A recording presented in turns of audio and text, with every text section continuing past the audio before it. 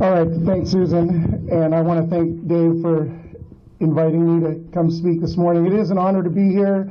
They say a prophet's never honored in his own town, and so it was a little scary to come up here. You know, when we go to Florida and speak, we have the advantage we get to fly in, and they think we're really cool because we came from all across the country.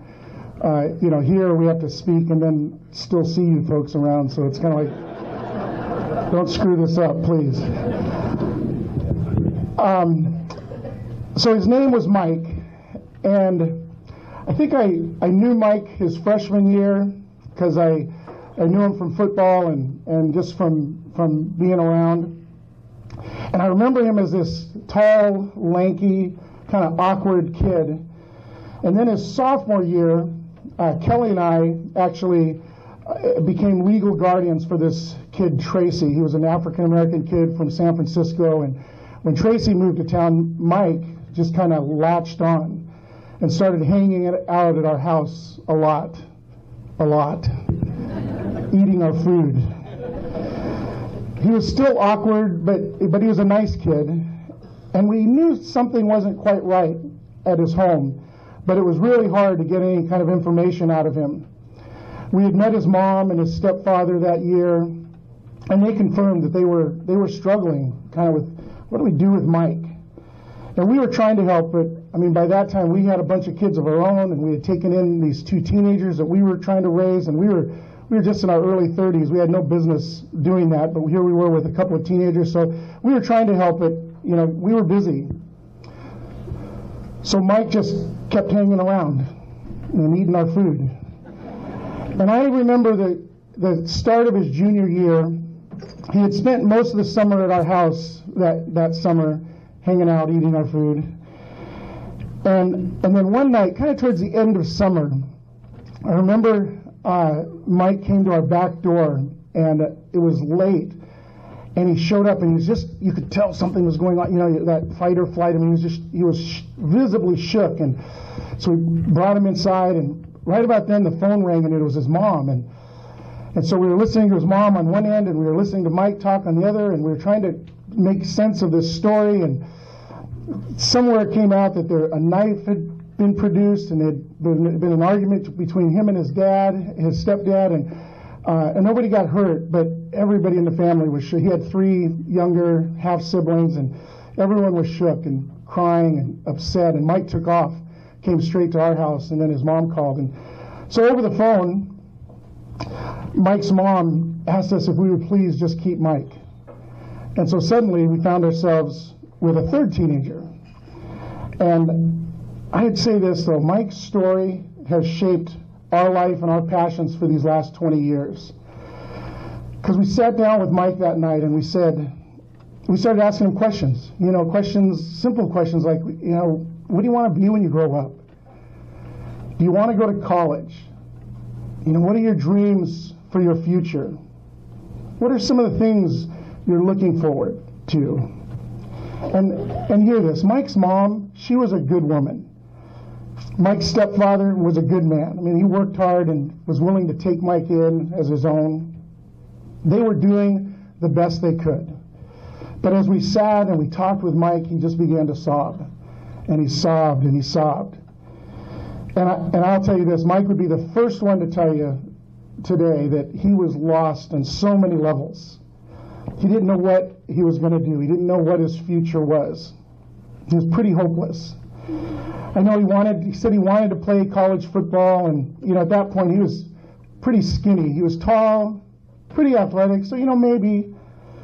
But he said that he had gone and talked to the school counselor, and he said the school counselor told him that there's no way you're ever getting into college.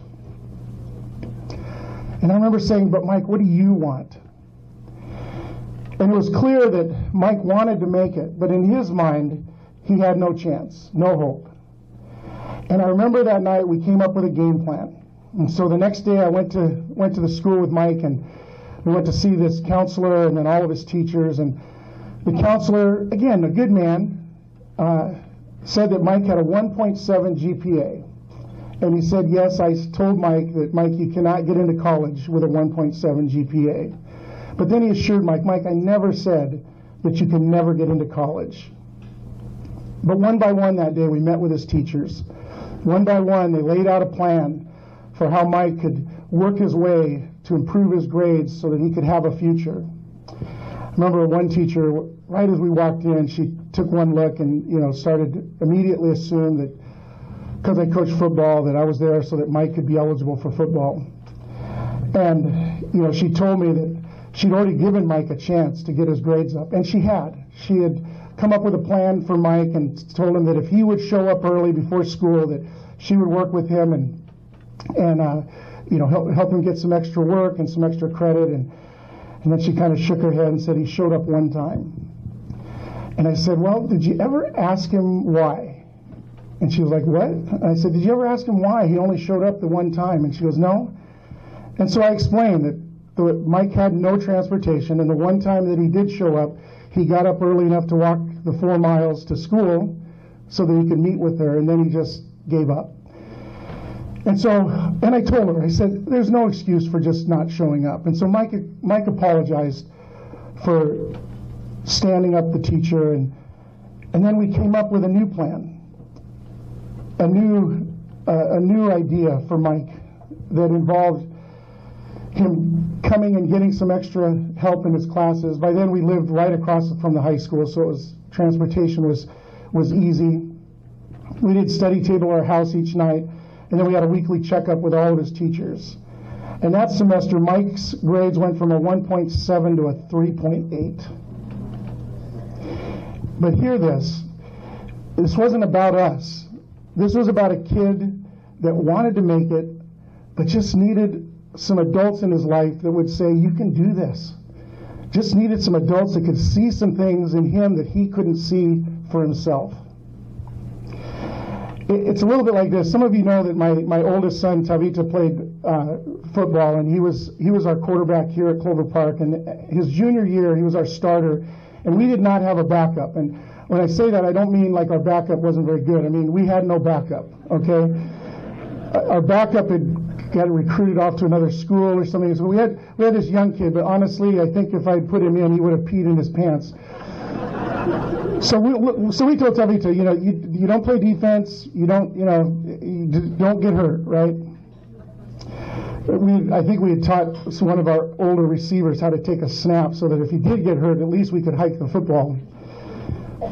Anyhow, this one game, I remember it was wet out, and I was the offensive coordinator, so I'm calling plays, and so I'm on the sideline, and I remember Tavita got up from the pile, and he kind of comes walking towards me with this puzzled look on his face. I said, what's the matter? What's the matter? And he says, I can't see. I lost my contact. I said, well, I don't care. You got to go back in. He goes, I can't see. I said, I don't care. You got to go back in. He goes, I can't see. So we're having this little argument on the sideline, and time's ticking, right? And so all of a sudden it's like, timeout. Call timeout. Well, that doesn't help because we don't start talking about football. We're still arguing. You got it. You can't. You got it. You can't. And then all of a sudden I said, stop. And I looked, and right on his cheek was his contact. I know this sounds terrible, but I grabbed it off, he stuck it in his mouth, and he put it in his eye, and he went back out and finished the rest of the game. And I think sometimes all kids need is an adult to come along and say, stop. Let me put this contact in your eye so that you can see yourself the way I see you. So that you can see your future the way I see your future. So that you can see the world the way I see our world. Our community is full of talented kids, and every year more and more of them slip through the cracks. I love Lakewood. I grew up in Lakewood. I attended Tyee Park. I attended Lockburn. I attended Clover Park. When Young Life asked us to come back to the Tacoma area, I purposely jumped in here in Lakewood. And we've listened to the successes of communities and schools, and I'm so grateful for the work that they're doing. For 20 years, they've been showing up, making a difference in the lives of kids, providing the 5 basics that every child needs and deserves, among them a caring adult in a kid's life. They've impacted over 20,000 students. Are you kidding me? That's awesome. But it reminds me of when I met Tasha. Our kids had come home and they said, Mom, Dad, we have to take Tasha in. She has nowhere to live. I remember Kelly saying, "That's ridiculous. Of course she has someplace to live." Then I remember going to the high school the next day to talk to the principal and hearing him say that, no, on any given day we have 60 kids that are homeless. And when I say homeless, don't picture kids living in cardboard boxes. But he meant on any given night, there were kids that didn't know where they were going to sleep that night, whether it was going to be a friend's couch, an aunt's house, stay with a cousin. So we took Tasha in, and we still stay in touch with her today. But I remember we were haunted by the other 59 kids that didn't have a place to stay that night. And I don't know how accurate that number is, but would we feel better if it was only 39? Or 29? How about if only 9 kids didn't know where they were sleeping that night? Would that be all right? Or how about 1? See, communities and schools are standing in the gap. Adults are believing in kids, sometimes when they can't believe for themselves. And it's awesome. 20,000 in the last 20 years. But how many continue to slip through the cracks? Yes, we need to celebrate the victories. But Lakewood, are we okay with hundreds of kids slipping through the cracks? Dropping out of school, becoming the next statistic. Maybe you're the optimist and you're saying it's not hundreds. So what if it's just 59? Dropping out, giving up hope. Are we okay with that? Or 29, is that all right? Or 9? How about 1? I mean, what is that number where we say, whew, okay, we've done enough for kids? Because what if that 1 kid is your kid? See, Mike's mom, she loved Mike. She just didn't know what else to do. She was doing everything she could just to survive. By the way, today Mike is happily married. He has 6 kids. It's not my fault. We did not tell him he had to have that many kids. But he's doing well. He lived out his dream of going to college and playing college football. And today he's a juvenile probation officer working with 35 youth, he says, that are just like he was. And I know because of the work of communities and schools that there are many other Mikes and Tashas and Jose's and Medleys that are getting a chance to work towards their dreams. But we have so much work left to be done.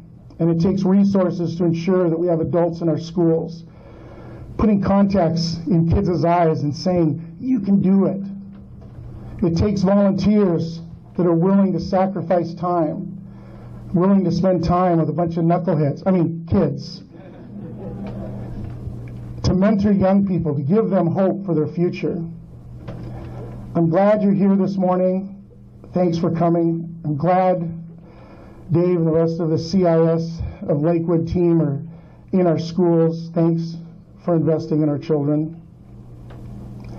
I mean, doesn't it make more sense to invest in kids like Mike now so that one day they're reinvesting in future generations rather than waiting until he becomes a statistic and then we have to create different programs to deal with them? And I hope you'll consider how you might make a difference in our community. And I might suggest that you start by supporting communities and schools. Thanks.